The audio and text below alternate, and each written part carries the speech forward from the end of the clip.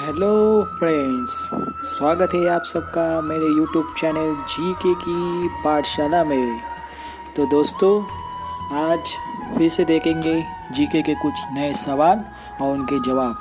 तो किसी भी तरह की देरी न करते हुए चलो शुरू करते हैं आज की वीडियो।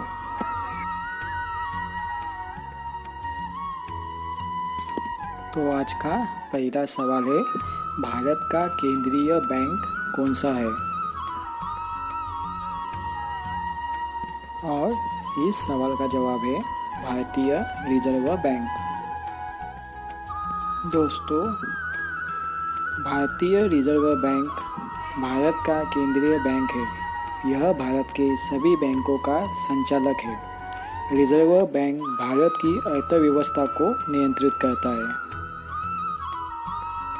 चलिए देखते हैं आज का दूसरा सवाल। आज का दूसरा सवाल है, केंद्रीय असेंबली में बम फेंकने में भगत सिंह का साथी कौन था? और इस सवाल का जवाब है बटुकेश्वर दत्त। दोस्तों, भारत को आज़ादी दिलाने के लिए सैकड़ों हजारों नौजवानों ने अपने प्राणों का बलिदान किया था। इसी क्रम में देश में उठ रही आज़ादी के लपटों की आज का पूरी दुनिया को एहसास कराने के लिए भगत सिंह और बटुकेश्वर दत्त ने 8 अप्रैल 1929 को दिल्ली के सेंट्रल असेंबली हॉल में बम फेंका। इस धमाके का मकसद किसी को नुकसान पहुंचाना नहीं था, बल्कि क्रांतिकारी भारत के स्वतंत्रता आंदोलन की तरफ दुनिया का ध्यान वो खींचना चाहते थे। चलिए देखते हैं आज का तीसरा सवाल। आज का तीसरा सवाल है, स्वतंत्रता के बाद देशी रियासतों के एकीकरण के लिए कौन उत्तरदायी थे?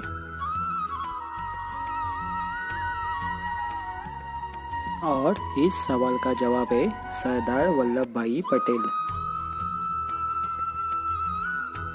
दोस्तों, राष्ट्रीय अस्थायी सरकार में रियासत विभाग के मंत्री सरदार वल्लभ भाई पटेल, जिन्हें मंत्रालय के सचिव के रूप में वीपी मेनन की सेवाएं प्राप्त थी, भारतीय रियासतों से देशभक्तिपूर्ण अपील की कि वे अपनी रक्षा, विदेशी मामले तथा संचार अवस्था को भारत के अधीनस्थ कर भारत में सम्मिलित हो जाए। 15 अगस्त 1947 के अंत तक 136 क्षेत्राधिकारी रियासतें भारत में सम्मिलित हो चुकी थी, किंतु कुछ अन्य ने स्वयं को इस व्यवस्था से अलग रखा। चलिए देखते हैं आज का चौथा सवाल। आज का चौथा सवाल है, भारत के किस राज्य में चावल का सबसे अधिक उत्पादन होता है? और इस सवाल का जवाब है पश्चिम बंगाल। दोस्तों, पश्चिम बंगाल भारत में चावल का सबसे बड़ा उत्पादक है। इसके बाद उत्तर प्रदेश, आंध्र प्रदेश और पंजाब राज्य आते हैं। बंगाल राज्य में चावल को अक्सर समृद्धि और उर्वरता से जोड़ा जाता है। चलिए देखते हैं आज का पांचवा सवाल। दोस्तों, आज का पांचवा सवाल है, अर्थशास्त्र के लेखक कौन थे? और इस सवाल का जवाब है चाणक्य। दोस्तों, चाणक्य चंद्रगुप्त मौर्य के महामंत्री थे। वे कौटिल्य नाम से भी विख्यात थे। उन्होंने नंद वंश का नाश करके चंद्रगुप्त मौर्य को राजा बनाया। उनके द्वारा रचित अर्थशास्त्र नामक ग्रंथ राजनीति, अर्थनीति, कृषि, समाज नीति आदि का महान ग्रंथ है। चलिए देखते हैं आज का छठा सवाल। और आज का छठा सवाल है, दिल्ली में कुतुब मीनार किसने बनवानी शुरू की थी? और इस सवाल का जवाब है कुतुबुद्दीन ऐबक। दोस्तों, कुतुब मीनार भारत में दक्षिण दिल्ली शहर के महरौली बाग में स्थित ईंट से बनी विश्व की सबसे ऊंची मीनार है। ऊंचाई 72.5 मीटर और व्यास 14.3 मीटर है, जो ऊपर जाकर शिखर पर 2.75 मीटर हो जाता है। इसमें 379 सीढ़ियाँ हैं। मीनार के चारों ओर बने अहाते में भारतीय कला के कई उत्कृष्ट नमूने हैं, जिनमें से अनेक इसके निर्माण काल सन 1992 के हैं। यह परिसर यूनेस्को द्वारा विश्व धरोहर के रूप में स्वीकृत किया गया है। चलो देखते हैं आज का सातवां सवाल। आज का सातवां सवाल है, विश्व पर्यावरण दिवस कब मनाया जाता है? और इस सवाल का जवाब है 5 जून। दोस्तों, विश्व पर्यावरण दिवस। विश्व पर्यावरण दिवस 5 जून को मनाया जाता है।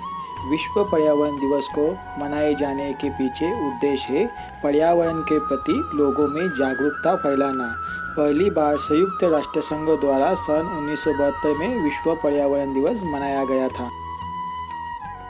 चलिए देखते हैं आज का 8वां सवाल। आज का 8वां सवाल है, करो या मरो का नारा किसने दिया? और इस सवाल का जवाब है महात्मा गांधी। दोस्तों, महात्मा गांधी ने करो या मरो का नारा वर्ष 1942 में बॉम्बे में अखिल भारतीय कांग्रेस की बैठक को संबोधित करते हुए किया था। मकसद केवल ये था कि इस नारे के बलबूते ब्रिटिश साम्राज्य का पतन किया जा सके। चलिए देखते हैं आज का 9वां सवाल। आज का 9वां सवाल है, मछलियाँ किसकी सहायता से सांस लेती है? और इस सवाल का जवाब है गलफड़ों के सहायता से। दोस्तों, मछली अपनी मुंह में पानी लेकर सांस लेती है और गिल मार्ग से बाहर निकल जाती है। जैसे ही पानी गलफड़ों की पतली दीवारों के ऊपर से गुजरता है, घुलित ऑक्सीजन रक्त में चला जाता है। दोस्तों, चलो देखते हैं आज का 10वां और आखिरी सवाल। आज का 10वां सवाल है, हरे पौधों द्वारा भोजन बनाने की क्रिया क्या कहलाती है? और इस सवाल का जवाब है प्रकाश संश्लेषण क्रिया।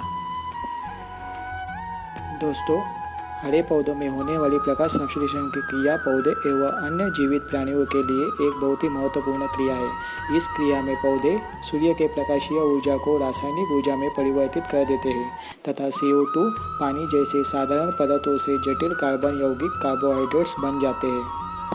तो दोस्तों, आज की वीडियो में इतना ही, लेकिन जाते जाते एक सवाल आपके लिए, और इस सवाल का जवाब आपको मुझे कमेंट बॉक्स में लिख के भेजना है। दोस्तों, आज के लिए आपका सवाल है, स्वतंत्र भारत के प्रथम राष्ट्रपति कौन थे? इस सवाल का जवाब आपको मुझे कमेंट बॉक्स में लिख के भेजना है। आशा करता हूँ आपको मेरी ये वीडियो अच्छी लगी होगी। तो दोस्तों, चलिए मिलते हैं अपनी नेक्स्ट वीडियो में। और जाते जाते हाँ, अगर आपने मेरे चैनल को अभी तक सब्सक्राइब नहीं किया है तो प्लीज़ सब्सक्राइब कर दीजिए। इसी तरह की रोमांचक वीडियो मैं आपके लिए हमेशा लेते आऊँगा।